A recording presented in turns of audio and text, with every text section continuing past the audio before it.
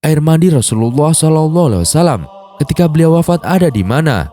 Sontak seluruh ulama dalam majelis muktamar itu terdiam sebab mereka tidak ada yang tahu jawaban dari pertanyaan Syekh Mutawalli Asy'arawi.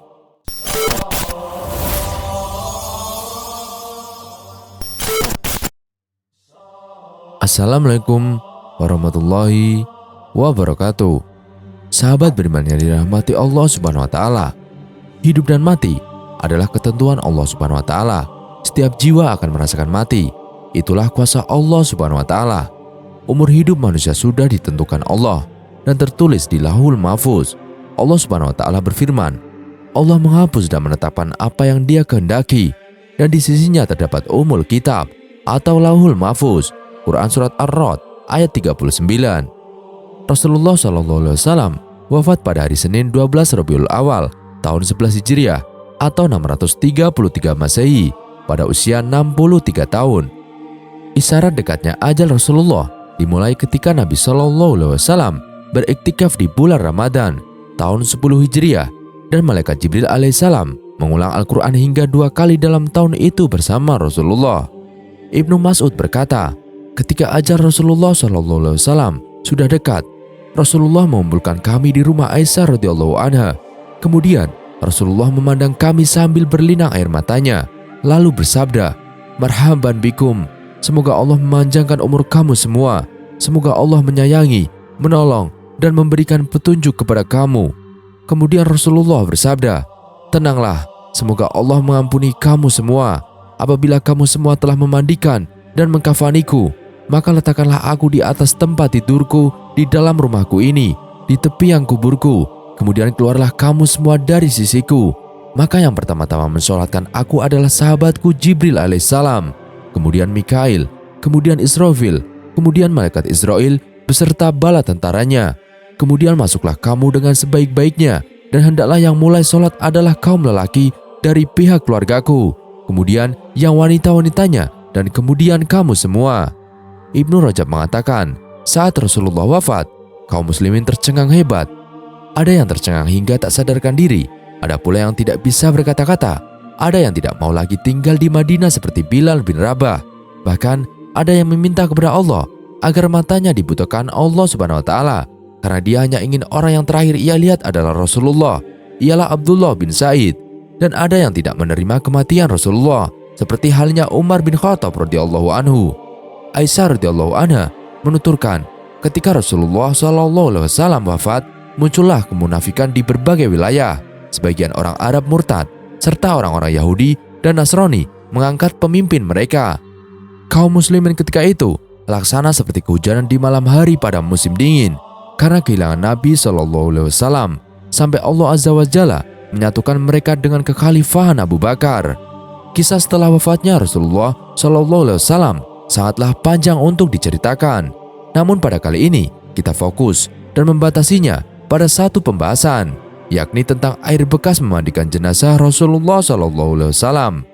Diceritakan pada suatu hari di dalam muktamar majelis pertemuan para ulama dunia di Mesir, ketika itu Syekh Mutawalli Asy'arawi memiliki pertanyaan yang cukup membingungkan semua khalayak yang hadir, sebab belum ada dari orang yang hadir dalam majelis itu memiliki pertanyaan seperti beliau. Seperti yang kita ketahui, muktamar ulama dunia adalah berkumpulnya para ulama seluruh dunia, dan sudah bisa dipastikan yang berkumpul adalah orang-orang yang soleh, yang alim, dan ahli ilmu. Maka pembahasan dan pertanyaan dalam majelis itu pasti bukanlah pembahasan yang ringan. Maka entah ada angin apa, Syekh Mutawalli Asy'arawi yang masih muda kala itu tiba-tiba bertanya di tengah-tengah para ulama dunia, air mandi Rasulullah SAW ketika beliau wafat ada di mana? Sontak seluruh ulama dalam majelis muktamar itu terdiam sebab mereka tidak ada yang tahu jawaban dari pertanyaan Syekh Mutawalli Asy'arawi. Karena di dalam catatan sejarah sekalipun belum ada tulisan ilmu ataupun kitab yang membahas mengenai hal yang ditanyakan Syekh Mutawalli Asy'arawi. Maka pemimpin majelis tersebut berkata dalam majelis itu, "Beri aku waktu hingga esok, hingga aku dapat mencari jawabannya." Setelah selesai dari majelis muktamar itu, sang pemimpin majelis yang juga seorang ulama soleh yang alim, ahli ilmu itu menyadari bahwa pertanyaan Syekh Mutawalli Asy'arawi tidak ada di dalam Al-Quran, hadis, dan kitab-kitab para ulama terdahulu. maka sudah menjadi kebiasaan orang-orang soleh terdahulu untuk mencari jawaban dari segala kesulitan adalah bersolawat kepada Nabi Muhammad SAW. Karena pemegang kunci kehidupan ini adalah Rasulullah SAW.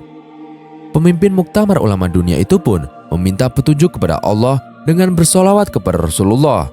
Di tengah sedang bersolawat kepada baginda Nabi Muhammad SAW, pemimpin Muktamar Ulama Dunia itu pun tertidur sehingga bermimpi bertemu dengan Nabi Muhammad SAW bersama dengan seorang pemuda yang sedang membawa lentera. Dalam mimpinya bertemu Nabi Muhammad SAW itu, ia pun mengambil kesempatan untuk menanyakan langsung tentang persoalan yang sangat ia ingin ketahui, yakni kemana perginya air yang digunakan untuk memandikan jenazah Nabi Muhammad SAW. Dan ia berkata, "Ya Rasulullah, air mandi ketika Rasulullah dimandikan kemana?" Maka Rasulullah SAW bersabda, "Allah Subhanahu wa Ta'ala memerintahkan matahari menarik air mandiku ke awan. Kemudian awan diperintahkan menyebar ke seluruh penjuru dunia, dan setiap tetesan yang jatuh ke bagian dunia manapun pasti nantinya menjadi masjid." Keesokan harinya, pemimpin majelis muktamar bersama para ulama dunia itu pun melanjutkan sidang muktamar dengan pembahasan-pembahasan yang lain. Karena memang tujuan diadakan muktamar ulama dunia itu adalah untuk mengambil keputusan dari permasalahan yang menjadi topik pembahasan di dalam muktamar dan permasalahan lainnya yang berkaitan dengan agama dan umat.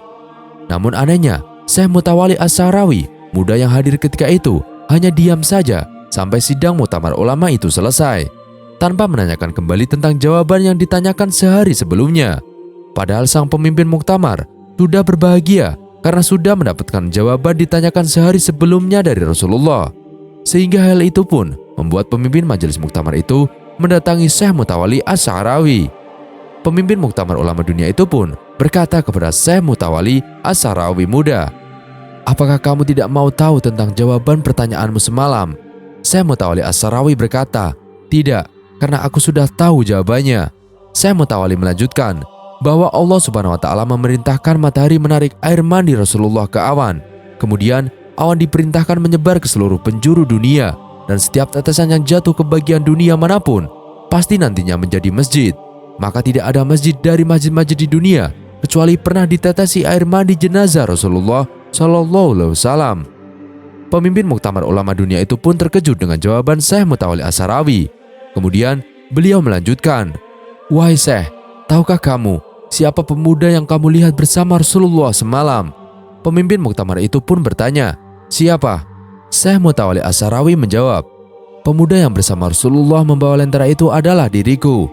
Syekh Mutawalli Asy'arawi adalah seorang wali Allah dan ulama besar yang tidak ada ulama yang tidak mengenal beliau dan mengakui tingginya makom beliau. Kisah ini adalah kisah yang masyhur di kalangan para ulama dunia. Semua ulama dunia jika ditanyakan masalah ini, pasti jawabannya sama, dan kisahnya pas seperti yang disampaikan oleh Habib Husain Bagil Tuban dan Habib Abdurrahman Bil Fakil. Dan jika para ulama aswaja ditanya, maka mereka langsung teringat dan membawa nama Syekh Mutawalli Asy'arawi.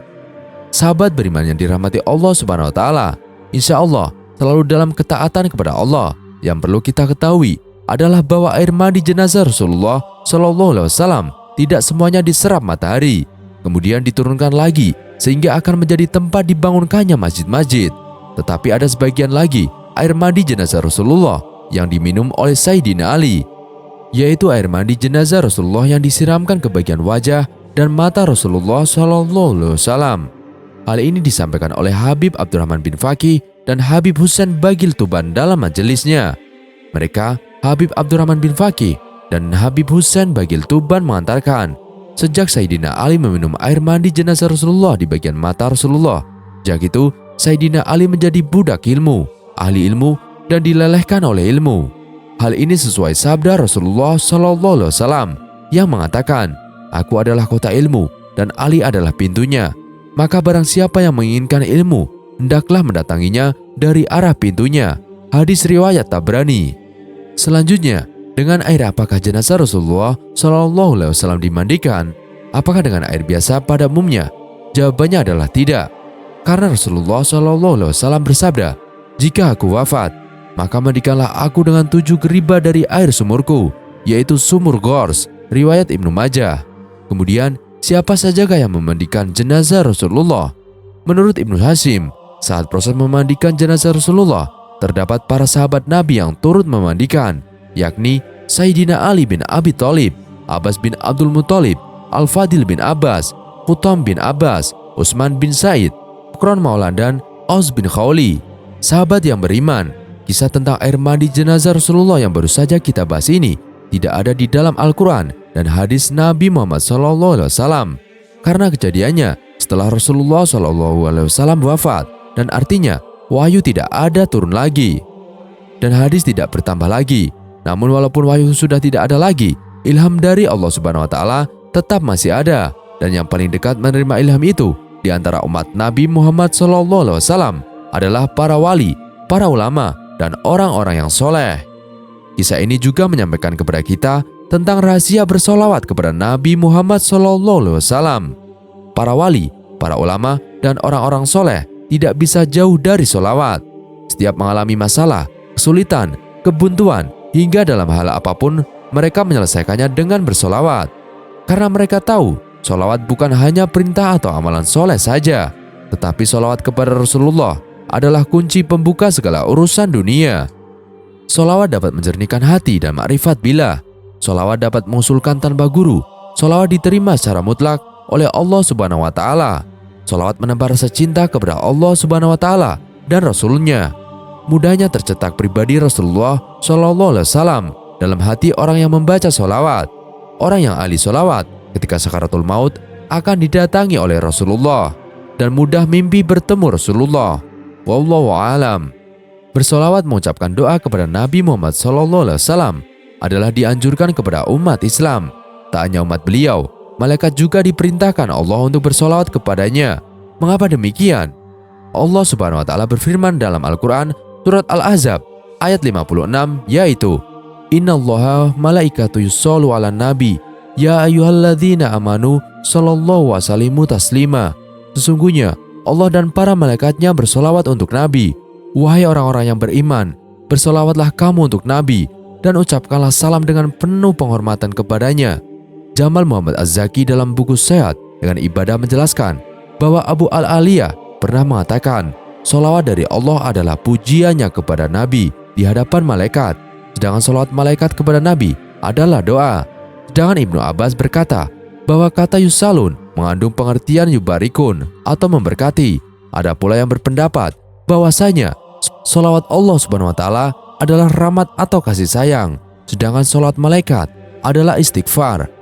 Penegasan bahwa Allah dan para malaikat bersolawat untuk Nabi dalam Quran surat Al-Ahzab halaman 33 ayat 56 tersebut juga diiringi dengan perintah kepada orang-orang mukmin di akhir ayat agar mereka bersolawat untuk Nabi. Ya ayyuhalladzina amanu sallallahu alaihi wasallimu taslima. Hai orang-orang yang beriman, bersolawatlah kamu untuk Nabi dan ucapkanlah salam penghormatan kepadanya. Ya, artinya ada 3 subjek yang bersolawat yang disebutkan dalam ayat tersebut, yakni Allah Subhanahu wa Ta'ala, para malaikat, dan orang-orang mukmin. Dari analogi yang digunakan oleh Muhammad di atas, maka solawat Allah Subhanahu wa Ta'ala untuk Nabi Muhammad tidak mungkin diartikan sebagai bentuk ungkapan doa atau permohonan. Allah Subhanahu wa Ta'ala adalah Tuhan yang Maha Kaya, yang mengayakan, yang Maha Memberi, lagi Maha Pemberi, dan yang tidak membutuhkan apapun. Ia tidak membutuhkan doa karena dialah yang Maha menentukan. Sehingga maksud dari solawat Allah dalam ayat tersebut adalah pujian dari Allah kepada Nabi Muhammad SAW dengan memberikan hidayah, karunia, rahmat, dan berkahnya. Demikian penjelasan jumhur ulama. Sedangkan solawat dari para malaikat baru bisa diartikan sebagai doa. Para malaikat berdoa untuk Rasulullah agar diberikan ampunan kepada Allah Subhanahu wa Ta'ala. Para malaikat juga berdoa untuk orang-orang yang beriman sebagaimana terekam dalam Quran surat Al-Ahzab halaman 33 ayat 43. Wallazi yusallu alaikum wa malaikatu liyukhrijakum min az-zulumati ila an-nur. Dialah yang memberi rahmat kepadamu dan malaikatnya memohon ampunan untukmu supaya dia mengeluarkan kamu dari kegelapan kepada cahaya.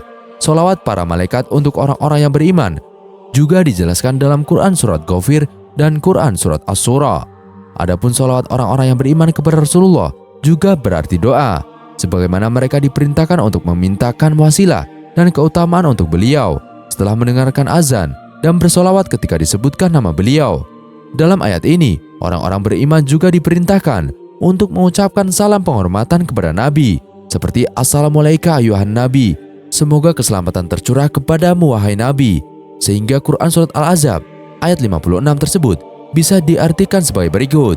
Sesungguhnya Allah memberi rahmat kepada Nabi dan malaikatnya, memohonkan ampunan untuknya. Hai orang-orang yang beriman, bersolawatlah kamu untuk Nabi dan ucapkanlah salam penghormatan kepadanya. Secara umum, Quran Surat Al-Ahzab 56 tersebut bisa diartikan sebagai sindiran kepada kita semua orang yang beriman. Allah dan para malaikat saja bersolawat untuk Nabi, maka kita sebagai umat Nabi Muhammad SAW seharusnya tidak pernah lupa untuk selalu bersolawat kepada beliau. Karena jika bukan lewat perantara beliau, kita tidak akan bisa mengenal dan merasakan nikmatnya iman dan Islam. Wallahu a'lam bishawab. Sekian kisah kali ini, kurang lebihnya kami mohon dimaafkan. Yang benar datanya dari Allah Subhanahu wa taala, khilaf atau keliru datanya dari saya pribadi. Wassalamualaikum warahmatullahi wabarakatuh.